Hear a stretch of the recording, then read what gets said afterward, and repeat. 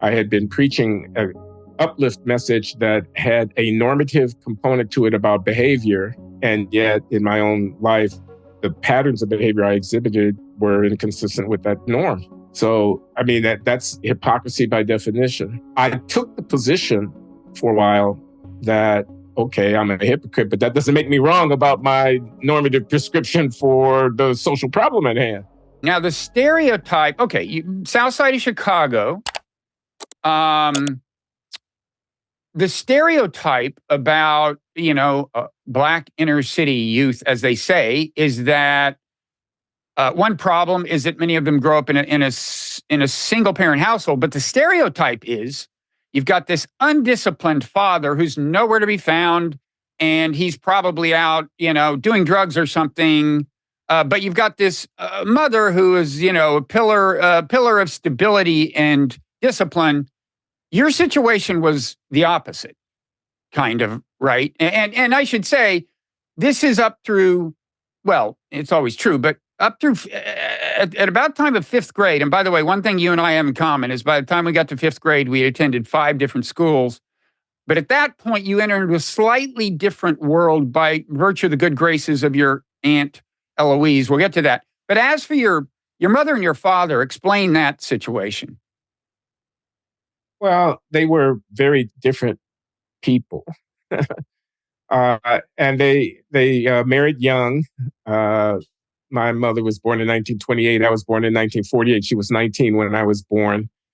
I was born in September. They married in May of the same year. Let me do the math. Okay, go ahead. And they divorced early. My sister and I and my mother were a household, and my mother remarried, and so it's a long story. But yes, my father was a disciplinarian. He was an orderly man. He was fiercely determined, proud. He was fastidious. He was determined to, make something of himself and to do the right thing and to stand up straight with his shoulders back. My mother was wayward, a gypsy in spirit, if you can say that. I don't think you can say that anymore. But I mean, I don't mean any harm to anybody. No, you when could I say a Roma. She was a Roma in spirit. Okay, she was a Roma in spirit, and a lover of life, a beautiful person, a sweet spirit, but not the most responsible person, not the most disciplined person by any means. She had her appetites, and she indulged them. As did her brothers, the Cartmans. My middle name is Cartman. My mother's maiden name is Cartman. The Cartmans. It's a juxtaposition that I play with in the book. Now, I don't mean to say play in a flippant way. I mean, I exploit the difference of character, of approach to life, and of carnality and indiscipline. As between my mother and my father, the contrast is vivid in my mind and perhaps even in my own spirit. Yeah. One difference between your mother and mine is like a piece of advice your mother gave you about having illicit sexual affairs is different from any advice my mother would have given me. Your mother said, whenever you're caught, just remember, Glenn, and before I send you off into life, whenever you're caught having an illicit sexual affair, deny that you had it. Even if they caught you, even if there are pictures, deny. I don't recall getting that advice from my mother. But so this was just a different kind of upbringing you had, right? Was a different kind of upbringing. Well, you mentioned my Auntie Lois. You mentioned that the 5 schools by the 5th grade, which is true. But by the 5th grade, we moved in to a small apartment up in the back of a grand house that my aunt and uncle owned in a nice, quiet neighborhood with fruit trees that yielded pilferable, is that a word? Fruit. Yeah, sure.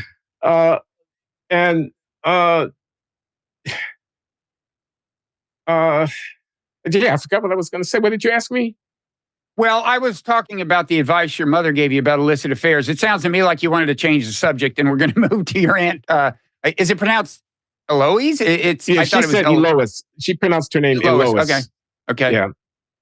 No, I was just going to observe the 5 different schools. My mother not being very disciplined, the stability to my life that was brought when we moved in with my aunt, and how that was a very important part of my family. As far as the advice is concerned, well, yeah, I mentioned it in the context of talking about how common adultery was in the social practice of the world that I matured in. And my mother had, I say, I think something in the book to the effect of, she must have assumed that the point would come in my life when I would need that advice. So that was a kind of anticipation or expectation about how I was going to be living my life. That was just a normal way of thinking in her mind. Yeah.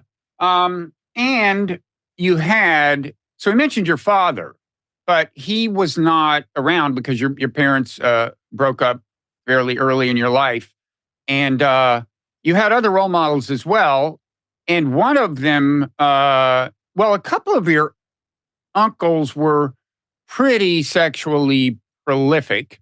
One of them bequeathed to you a paisley smoking jacket as a kind of way of passing the torch. Like, this is what you'll relax in after your latest sexual encounter. It sounds like something Hugh Hefner would have worn. But this is a serious point, because my view is, some people will be very harshly judgmental of various parts of your life. My view, and this is something your mother said to you about people generally, is there, but for the grace of God go I. And, we're all so influenced by role models when we're young.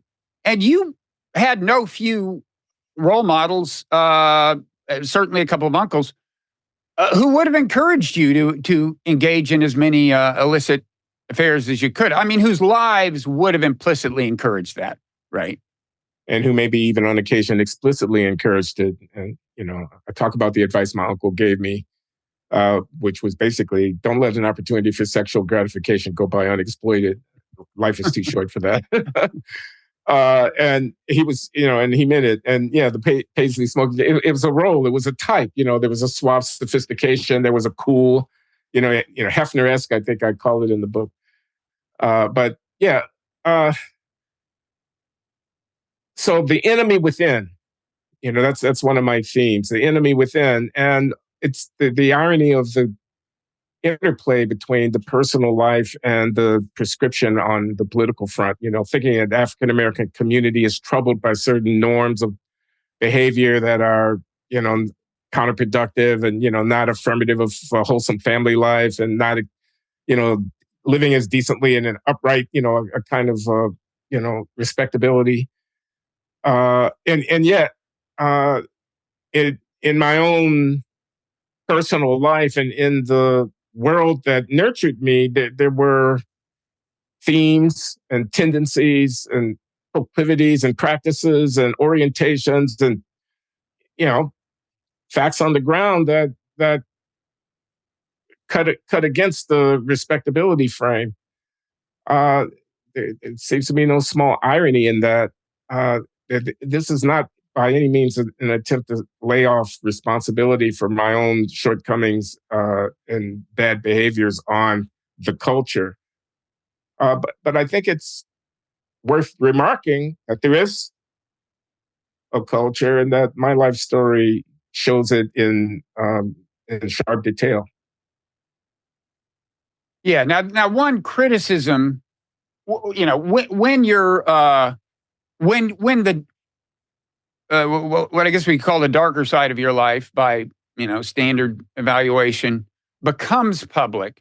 One criticism you get from people you talk to is, and I'm sure people have said this after reading the book, is that, okay, you were this Black conservative saying that, sure, there were injustices obviously perpetrated on Black people, and there's a legacy of that is part of the problem. There is ongoing discrimination, but there's also a cultural problem that Black people need to attend to. And part of attending to that will mean young Black men mustering more self-discipline and indulging less to temptation and so on. And even as you were preaching that sermon in the in the 1980s, it becomes apparent to the world that you have not been practicing what you preach, right? Right. That's and well, first of all, do you want to say anything about that? I have a second question that I hope nobody has asked you yet. That about that. But is there? What do you say about that? Well, I guess I'm going to have to plead guilty as charged to the charge of hypocrisy, because the bald facts of the matter are precisely as you stated them. I had been preaching an uplift message that had a normative component to it about behavior. And yet in my own life, the patterns of behavior I exhibited were inconsistent with that norm. So, I mean, that's hypocrisy by definition. I took the position for a while that, okay, I'm a hypocrite, but that doesn't make me wrong about my normative prescription for the social problem at hand.